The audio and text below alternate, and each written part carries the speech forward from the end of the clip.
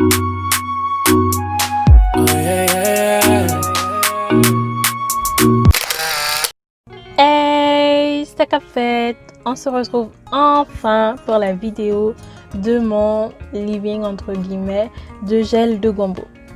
Donc si vous voulez voir la partie où je coupe les gombos et où je les mets à bouillir, etc., vous pouvez la retrouver dans ma vidéo sur mon pré-bout au gombo.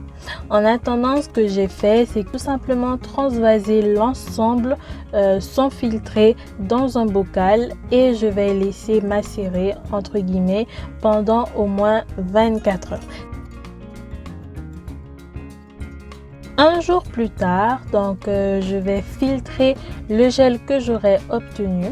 Donc si vous vous rappelez de la première vidéo, vous pouvez voir que le gel est passé vite, alors que là ça a pris beaucoup de temps. C'est que en fait le gel s'est un peu plus affermi, il était moins liquide du fait que il soit plus froid. J'ai essayé avec le même matériel que la dernière fois, mais je me suis vite rendu compte que j'allais perdre beaucoup trop de gel.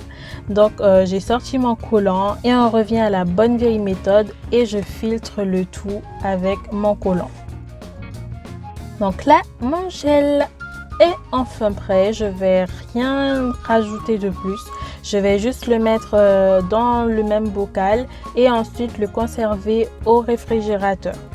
Personnellement, il a super bien tenu. Il a tenu 2 semaines, voire 2 semaines et demie sans que je ne remarque quoi que ce soit et je n'avais pas rajouté de conservateur.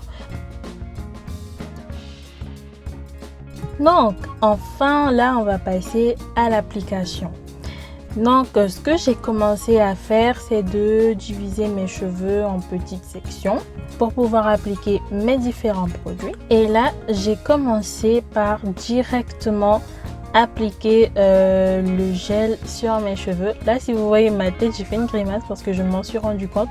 Ce que je voulais faire, c'était d'abord mettre mon lait et ensuite mettre le gel, mais je me suis dit bon, tant qu'à faire, on va faire comme ça et finalement le résultat, comme vous le verrez, est tout aussi bien.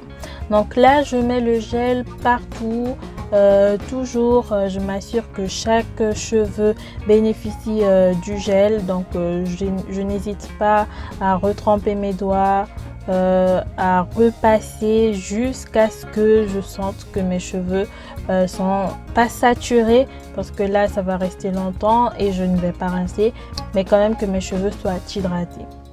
Donc ensuite je vais mettre mon lait capillaire. Donc là si vous avez l'œil, vous voyez que ça vient d'une bouteille Elfie Naturals, parce que oui, j'ai aussi acheté la gamme d'Elfie et je dois vous dire qu'en fait c'est cette gamme qui m'a donné plus envie de faire mes produits moi-même, du fait que j'ai été super déçue de la gamme. Donc je me suis dit ça sert à rien que je gaspille des mille et des cents, autant que je fasse ma gamme toute seule. Une fois que j'ai appliqué le lait, je vais du coup sceller l'hydratation avec la crème scellante.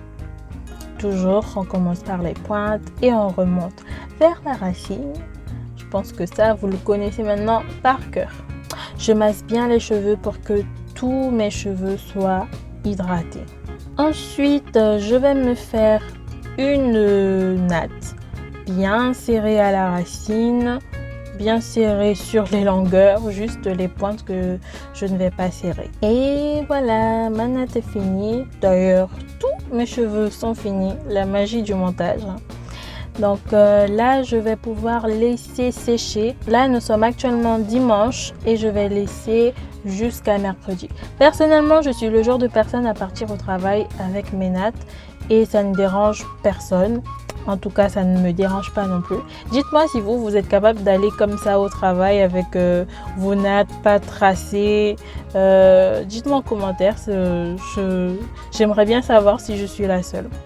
Et vous voyez la brillance de mes nattes? Est-ce que vous voyez la brillance de mes cheveux? Donc là, je vais enlever toutes les nattes, comme vous pouvez vous en douter. Et là, ils sont super brillants. Je voulais vous montrer une blessure que je me suis faite. Et là, je vais vous dire avec quoi vous allez être surpris. Je me suis blessée avec un bonnet. Donc le bonnet, j'ai mis le bonnet qui était un peu trop serré et du coup ça m'a fait des petits boutons et maintenant qui cicatrisent très très mal parce que ma peau est vraiment sensible. Et du coup là maintenant j'ai une raie noire au plein milieu du front. Voilà. J'ai fini de défaire toutes mes nattes.